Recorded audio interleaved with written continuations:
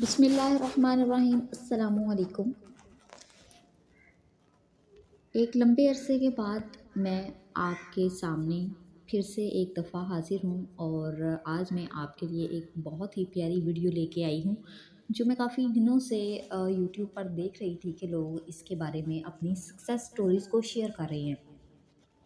اور یہ کس حوالے سے ہے، آپ نے تھمبنیل پہ دیکھا ہوگا، یہ استغفار کے حوالے سے ہے۔ اور استغفار کے حوالے سے بہت سی سکسیس سٹوریز ہیں، بہت سے لوگوں نے اپنے جو پرسنل ایکسپیرینس ہے ان کو شیئر کیا ہے، اور میں آج اس ویڈیو میں آپ کو استغفار کے حوالے سے 5 اس کے فائدے بتانے والی ہوں۔ استغفار کے حوالے سے جو ہے وہ ایک حدیث میں آتا ہے کہ اللہ کے نبی کریم صلی اللہ علیہ وسلم جو ہیں 70 بار دن میں استغفار کرتے تھے، اور ایک دوسری حدیث میں آتا ہے کہ نماز کے بعد اللہ کے نبی کریم صلی اللہ علیہ وسلم کو 100 بار استغفار کرتے دیکھا، یعنی ان 1 سیکنڈ، یعنی 1 سیکنڈ میں بھی اللہ کے نبی جو ہے وہ 100 بار استغفار کرتے تھے۔ اور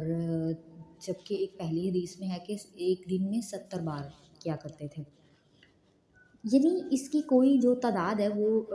ڈیفائن نہیں ہے کہ یہ اتنی بار پڑھا جائے یا اس سے کم یا اس سے زیادہ نہیں پڑھنا۔ یہ بس آپ پڑھیں، مگر صحیح فوکس کے ساتھ، ایک ندامت اور بندگی کے ساتھ، تبھی آپ کو اس کا جو ہے وہ اچھا جو ہے رزلٹ ملے گا۔ استغفار کا جو ہے وہ جو دوسرا جو ایک فائدہ ہے یا اس کی جو ایک امپورٹنس ہے وہ یہ ہے کہ استغفار جب ہم کرتے ہیں تو وہ رحمت کے کیا کرتا ہے، دروازے کھول دیتا ہے۔ استغفار اوپنز دی ڈور آف مرسی، یہ اللہ تعالیٰ کی جو رحمت ہے اس کے دروازے کھول دیتا ہے۔ تو پھر کوئی بھی جو بندش ہے وہ کوئی بندش نہیں رہتی، کوئی جادو ہو، کوئی نظر بد ہو، کچھ بھی باقی نہیں رہتا۔ یعنی استغفار کے اندر اتنی پاور ہے، اتنی یہ اسٹرینتھ ہے اس کے اندر کہ یہ انسان کو جو ہے وہ رحمت جو ہے اللہ تعالیٰ کی وہ بہت وسیع ہے، اور جو اللہ تعالیٰ کی رحمت میں آ جاتا ہے وہ ہر چیز سے محفوظ ہو جاتا ہے۔ اور تیسرے نمبر پہ اگر کوئی استغفار کا مسلسل اور مستقل، یعنی کانسٹنٹلی اور ایک کانسسٹنسی کے ساتھ جب کوئی استغفار کرتا ہے، یعنی اپنی ایک روٹین کا حصہ بنا لیتا ہے، تو اللہ تعالیٰ کیا کرتے ہیں، اس کے لیے مشکلات سے نکلنے کا کوئی راستہ بنا دیتے ہیں۔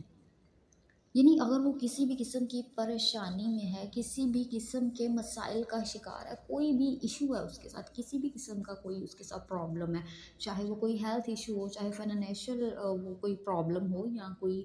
جو ہے وہ کوئی بھی اسے جو ہے وہ رشتوں میں کوئی ہو، یعنی کوئی رکاوٹ ہو، یا کوئی اولاد کے حوالے سے اس کو کسی قسم کی کوئی پریشانی ہے، تو ہر جو پریشانی کا حل ہے، ہر جو مسئلے کا حل وہ اس استغفار کے اندر ہے۔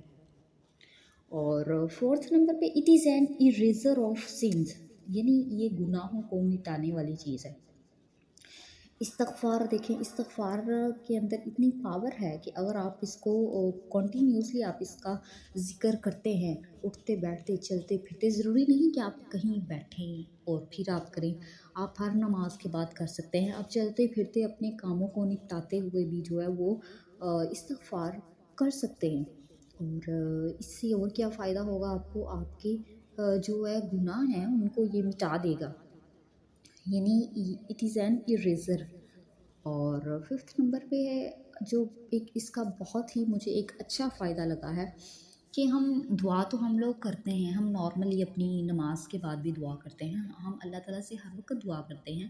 اور کبھی کبھار ہمیں ایسا محسوس ہوتا ہے کیونکہ ہم انسان ہیں، ہم تھوڑے سے جلد باز ہیں، اور اگر ہمارا مسئلہ حل نہیں ہوتا، ہم جس کے لیے دعا کرتے ہیں ہمیں لگتا ہے کہ ہماری پوری نہیں ہو رہی، تو ہم تھوڑے سے جو ہے وہ ڈس اپوائنٹ ہو جاتے ہیں، یعنی انسان ہے نا، حالانکہ اللہ تعالیٰ نے جو ہے وہ ہم سے وعدہ کیا ہے، وہ کہتا ہے کہ میں جو ہے وہ مستجاب الدعوات ہوں، آپ لوگ میرے سے دعا کرو، میں سنتا ہوں، اسے پوری کرتا ہوں، لیکن ہمیں کبھی کبھار پھر بھی ہمیں فیل ہوتا ہے کہ نہیں، ہماری دعا قبول نہیں ہو رہی، تو اگر آپ چاہتے ہیں کہ آپ کی ہر دعا قبول ہو، تو آپ استغفار کے بعد،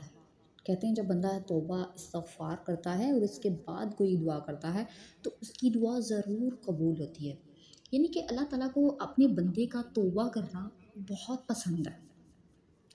اور اللہ تعالیٰ چاہتا ہے کہ اس کا بندہ اس کی طرف رجوع کرے، اس کی طرف آئے اور اس کے در پہ آ کے اپنے گناہوں کی معافی مانگے، کیونکہ انسان جو ہے وہ گناہ کا پتلا ہے. تو لہٰذا اللہ تعالیٰ کی ذات بھی چاہتی ہے کہ انسان جو ہے وہ